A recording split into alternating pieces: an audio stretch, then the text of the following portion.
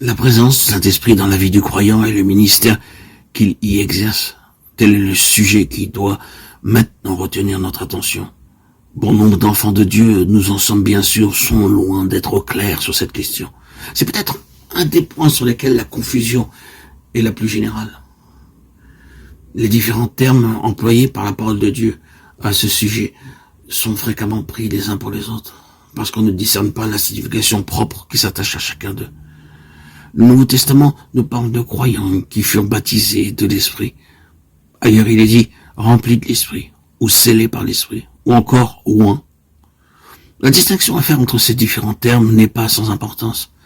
Nous n'avons du reste pas l'intention de nous livrer ici à une étude, une méditation sur ces différentes significations. Non.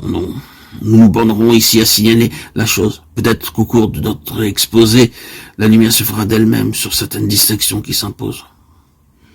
Ce que nous avons particulièrement sur le cœur aujourd'hui et dans les prochains audios que je vais vous publier, c'est cet aspect particulier de l'œuvre du Saint-Esprit qui est représenté par le mot onction ou un. Qu'est-ce que l'onction du Saint-Esprit? L'onction ne se distingue pas nécessairement de la réception pure et simple du Saint-Esprit. Nous pouvons recevoir le Saint-Esprit et être loin du même coup. Pas toujours cependant si nous ne sommes pas au clair en ce qui concerne le ministère du Saint-Esprit. Son onction peut être retardée pour nous. Au chapitre 19 des Actes, Paul pose cette question à quelques disciples. Avez-vous reçu le Saint-Esprit lorsque vous avez cru? Dans ce cas particulier, il dissocie nettement la réception du Saint-Esprit de la foi au Seigneur Jésus. Or, le contexte montre clairement que sur cette question essentielle, les disciples interpellés n'étaient absolument pas éclairés. Ils sont dans l'ignorance la plus complète de l'existence même du Saint-Esprit. Si l'apôtre leur pose cette question, c'est qu'il voit bien qu'il leur manque quelque chose d'essentiel. La plénitude de la vie en Christ est inséparable de la présence intérieure du Saint-Esprit. Et Paul le savait bien. C'est peut-être là un cas exceptionnel. Dans la plupart des exemples qui nous sont donnés dans le Nouveau Testament, la venue du Saint-Esprit coïncide avec l'acte de foi au Seigneur Jésus.